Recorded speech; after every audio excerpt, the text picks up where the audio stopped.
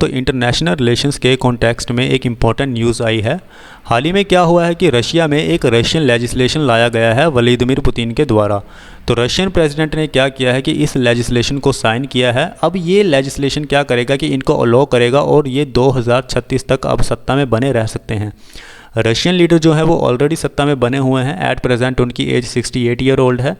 तो चेंजेस क्या हुए हैं, देखिए प्रीवियस कॉन्स्टिट्यूशन जो था उसके हिसाब से पुतिन को अपनी सत्ता खाली कर देनी थी 2024 को। इसी को देखते हुए न्यू कॉन्स्टिट्यूशनल अमेंडमेंट लाया गया है जिसमें कि अब 2024 के बजाय वो 2036 तक सत्ता में बने रह सकते हैं। 2020 में रेफरेंडम भी हुआ था जिसमें काफ़ी सारे रशियंस ने सपोर्ट किया था पुतिन को और उन्होंने कहा था कि हाँ कॉन्स्टिट्यूशन में चेंजेस आने चाहिए, पुतिन को सत्ता दे देनी चाहिए।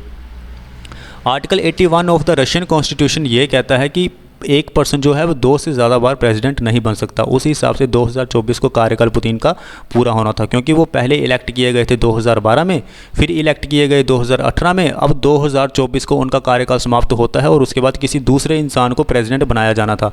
इस चीज़ को ख़त्म करने के लिए ये न्यू कॉन्स्टिट्यूशन अमेंडमेंट लाया गया है। तो जो रशिया का प्रेसिडेंट होता है वो 6 साल तक रहता है एक टर्म में। अभी चेंजेस क्या हुए हैं कि प्रीवियस कॉन्स्टिट्यूशन में एक टर्म का इस्तेमाल किया गया था इन ए रो टर्म को रिमूव कर दिया गया है, हटा दिया गया है। अब इससे क्या होगा कि पुतिन जो है वो प्रेसिडेंट बन पाएंगे 2036 तक।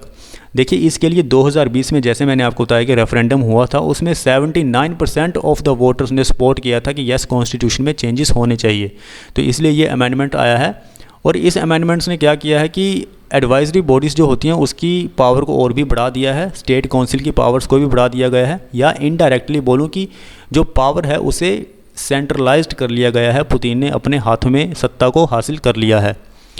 तो अब भारत के लिए क्या खबर है, देखिए रशिया के और भारत के रिलेशनशिप तो वैसे भी अच्छे हैं ही पुतिन के समय से, और पुतिन जो है वो एक फॉर्मर इंटेलिजेंस ऑफिसर हैं और वो हमेशा अपनी स्टेटमेंट में कहते हैं कि India is one of the best strategic partner of Russia. तो भारत के लिए कहीं ना कहीं अच्छी ही खबर है कि 2036 तक व्लादिमीर पुतिन अब सत्ता में बने रहेंगे।